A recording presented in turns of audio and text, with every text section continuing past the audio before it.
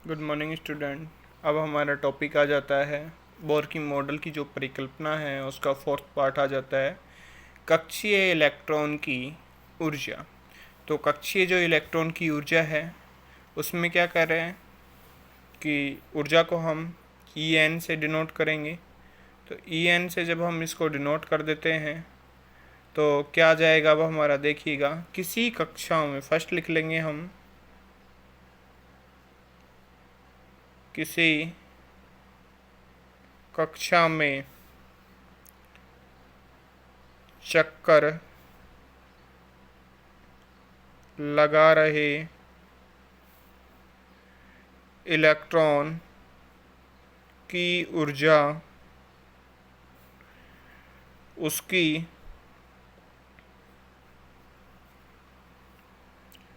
उसकी गतिज ऊर्जा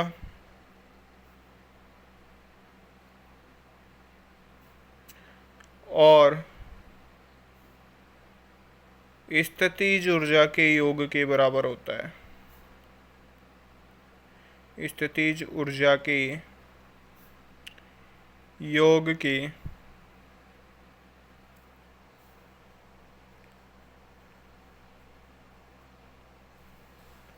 बराबर होता है। तो ये बराबर किस तरीके से होगा, देखिए। अब जो इलेक्ट्रॉन की जो कुल ऊर्जा है, इलेक्ट्रॉन की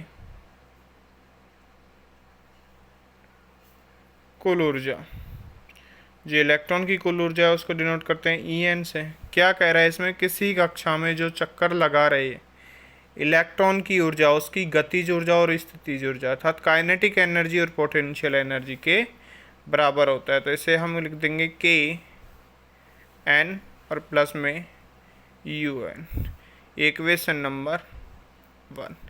ये हो जाएगा हमारा एनवीं कक्षा में इलेक्ट्रॉन की गतिज ऊर्जा, ये हो जाएगा एनवीं कक्षा में इलेक्ट्रॉन की स्थितिज ऊर्जा।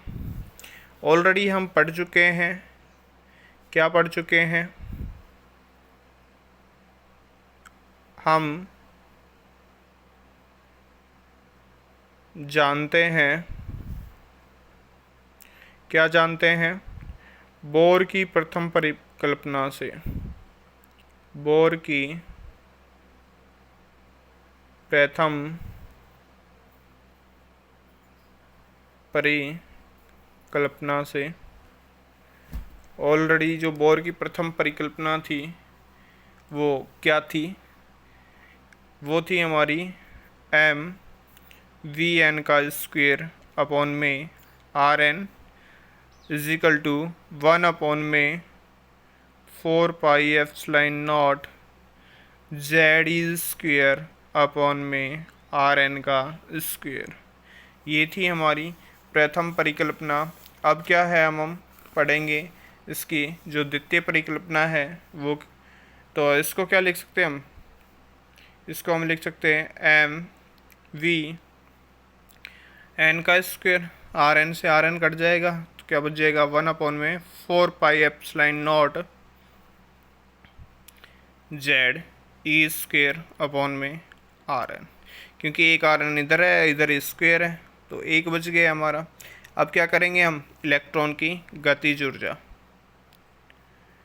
इलेक्ट्रॉन की गतिज ऊर्जा, जो इलेक्ट्रॉन की गतिज ऊर्जा है उसको किससे डिनोट किया तुमने, काइनेटिक एनर्जी को के से, और एन वी कक्षा के लिए तो एन। तो ये इसका फॉर्मूला क्या होता है हमारा, हाफ एम वी स्क्वायर होता है। तो यहाँ क्या जाएगा एन, और वी एन की वैल्यू हमारे पास में ऑलरेडी है।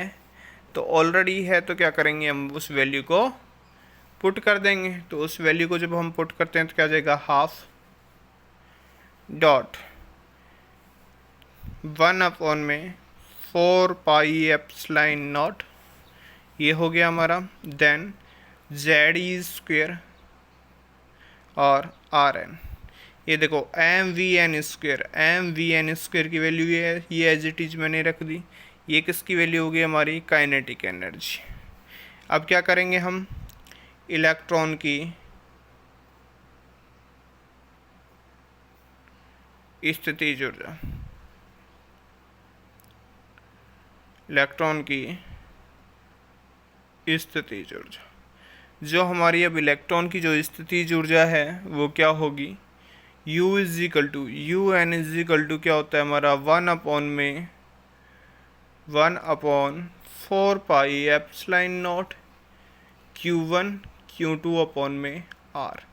स्थितिज ऊर्जा ये है, तो अब हम यू एन की निकालेंगे तो क्या आ जाएगा हमारा u n is equal to 1/4 pi epsilon not. Q1 की वैल्यू क्या है हमारी ZE है, और Q2 की वैल्यू क्या है हमारी माइनस में इलेक्ट्रॉन, और डिवाइड बाई RN। ये हो गया, तो इसका क्या आ जाएगा हमारा u n is equal to minus में 1/4 pi epsilon not ZE² upon में RN। ये हो गया हमारा। तो ये हो गया हमारा जो काइनेटिक एनर्जी वाला है, इसको मान लेते हैं इक्वेशन नंबर सेकंड, और ये हो गया हमारा इक्वेशन नंबर थर्ड। ये हो गया। अब क्या करेंगे हम, जो समीकरण 2 वह है और समीकरण 3 को किस में रख देंगे हम, समीकरण नंबर 1 में। कि एन की वैल्यू भी आ गई है हमारे पास में और यू एन की वैल्यू भी आ गई। तो क्या करेंगे, समीकरण नंबर 2 व 3 का मान समीकरण नंबर 1 में रखने पर, तो जब हम इसको समीकरण नंबर 1 में रखेंगे तो कैसे रखेंगे देखिएगा। तो टोटल एनर्जी हमारी ई एन, काइनेटिक एनर्जी हमारी है हाफ mv² की वैल्यू थी हमारी 1/4 pi epsilon not ZE² upon में RN, और माइनस अब क्या हो जाएगा, स्थितिज ऊर्जा प्लस था, ऑलरेडी माइनस की वैल्यू है, तो 1/4 pi epsilon not ZE² upon में RN। ये वैल्यू हो गई है हमारी। अब इनमें जो एलसीएम आ रहा है वो क्या आ रहा है हमारा 1/4 pi epsilon not ZE² upon में RN। तो हमारा क्या हो गया, एलसीएम आ गया, लघुत्तम बोलते हैं जिसे। तो 1/2 माइनस में 1, तो एक पॉजिटिव माइनस का, तो माइनस के हाफ बच जाएंगे हमारे, क्या हो जाएगा 1/4 pi epsilon not ZE² upon में RN, और बच क्या गया हमारा माइनस में 1/2 बच गया है हमारा, ये बच गया है। तो हम इसको क्या लिख सकते हैं, EN is equal to minus में 1/2 1/4 pi epsilon not ZE² upon में RN। ये आ गया हमारा। इसको मान लेंगे हम अब समीकरण नंबर 4। तो ये हमारी समीकरण नंबर 4 हो गई। तो ऑलरेडी अब क्या कि हम जानते हैं, क्या जानते हैं, हम जानते हैं एनवी कक्षा के लिए हम जानते हैं इलेक्ट्रॉन की एनवी कक्षा की त्रिज्या। तो एनवी कक्षा की जो त्रिज्या है वो क्या हो जाएगी हमारी RN is equal to epsilon not H² upon में पाई ME² और N² अपॉन में Z। ये है समीकरण नंबर 5। अब क्या करेंगे, जो समीकरण नंबर 5 है उसको किस में रख देंगे, समीकरण नंबर 4 में। समीकरण नंबर 5 को समीकरण नंबर 4 में रखने पर, तो जब हम समीकरण नंबर 4 में रखेंगे तो EN is equal to minus में half 1/4 pi epsilon not ZE²। RN की वैल्यू है तो यहाँ रखेंगे तो क्या आ जाएगा एप्सिलॉन नॉट H² अपॉन में pi ME² N square upon में जेड, ये रख दिया हमने। इसको रखने के बाद में क्या आ जाता है अब हमारे पास में, e n is equal to m e की पावर 4 हो जाएगी माइनस में, और डिवाइड बाई हो जाएगा हमारा 8 एप्सिलॉन का स्क्वायर और एच का स्क्वायर, ये हो गया हमारा। देन जेड स्क्वायर अपॉन में एन का स्क्वायर, ये वैल्यू हो गई। और अब हमें पता है ऑलरेडी क्या है, ये हमारा एम ई स्क्वायर अपॉन में 8 एप्सिलॉन नॉट का स्क्वायर एच का स्क्वायर इज इक्वल टू, जो वैल्यू होती है वो होती है हमारे 13.6 इलेक्ट्रिक वोल्ट होती है। तो ये हो गया। अब क्या लिख लेंगे हम इसको हम लिख सकते हैं, देखिएगा वो लिखेंगे, अतः है एनवी कक्षा में इलेक्ट्रॉन की ऊर्जा क्या हो जाएगी, total energy is equal to minus में 13.6 electric volt z square upon में एन का स्क्वेयर, ये हो गया। ये होने के बाद में अब देखेंगे हम क्या करें। अब हाइड्रोजन परमाणु के लिए हम निकालते हैं, तो हाइड्रोजन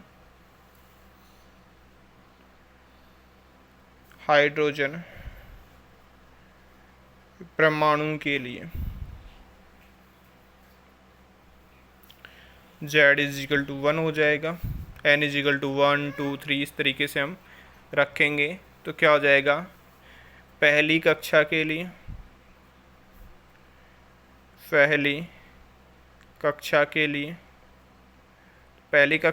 क्या हो गया, N इज इक्वल टू 1, तो क्या आ गया हमारा E1 इज इक्वल टू आ गया माइनस में 13.6 इलेक्ट्रिक वोल्ट। इसी प्रकार दूसरी कक्षा के लिए तो N इज इक्वल टू 2, तो क्या आ गया E2 इज इक्वल टू आ गया हमारा 13.6 इलेक्ट्रिक वोल्ट डिवाइड बाई में 4, तो ये आ जाएगा हमारा माइनस का 3.4 इलेक्ट्रिक वोल्ट। इसी तरीके से फिर N इज इक्वल टू 3 इस तरीके से आपका आगे सॉल्यूशन होता रहेगा। तो अब एक बार दोबारा से देख लीजिएगा क्या है कि स्टार्टिंग से जो मैंने आपको करवाया था वो क्या है। देखो, कक्षीय इलेक्ट्रॉन की ऊर्जा क्या करे कि जो टोटल एनर्जी होती है वो गतिज ऊर्जा और स्थितिज ऊर्जा के योग के बराबर होती है। तो E इज इक्वल टू क्या हो गया हमारा, काइनेटिक एनर्जी प्लस में पोटेंशियल एनर्जी। बोर की प्रथम परिकल्पना हम पहले पढ़ चुके हैं। गतिज ऊर्जा का फॉर्मूला ये होता है हमारा, स्थितिज ऊर्जा का ये होता है। तो गतिज ऊर्जा प्लस में स्थितिज ऊर्जा क्या हो जाएगी हमारी, इलेक्ट्रॉन की ऊर्जा हो जाएगी। तो ये इलेक्ट्रॉन की ऊर्जा हो जाएगी। तो इसमें देखिएगा ये वैल्यू हमने रख दी है एज इट इज। ये नेगेटिव में है, यहाँ पॉजिटिव आता क्योंकि नेगेटिव है तो माइनस के हाफ, तो माइनस के हाफ ये बच गया, माइनस के हाफ 1/2 1/4πε0 ये हो गया। हम जानते हैं एनवी कक्षा की जो त्रिज्या होती है ये होती है। अब क्या करेंगे, जो समीकरण नंबर 4-5 है उसको समीकरण नंबर 4 में RN की जगह वैल्यू पुट कर देंगे। वैल्यू पुट कर दी हमने, वैल्यू पुट करने के बाद में ये वैल्यू आ गई। ऑलरेडी हमें पता है ये इस वैल्यू की इक्वल में क्या होता है, 13.6 इलेक्ट्रिक वोल्ट होता है। तो 13.6 इलेक्ट्रिक वोल्ट होता है। तो अब आता है एनवी कक्षा में इलेक्ट्रॉन की ऊर्जा, ये हमारी ऊर्जा आ जाएगी। Z इज इक्वल टू 1 हो गया। अब N1 की वैल्यू यहाँ 1 रखेंगे तो फर्स्ट वाली एज इट इज E1 की, सेकंड रखेंगे तो यहाँ 4 हो जाएगा डिवाइड में, थर्ड में 9 हो जाएगा, फोर्थ में 16 हो जाएगा। इस तरीके से हम डिवाइड करते रहेंगे, आगे वैल्यू फाइंड आउट होती रहेंगी। ये थी हमारी बोर की कल्पना थी। Thank you.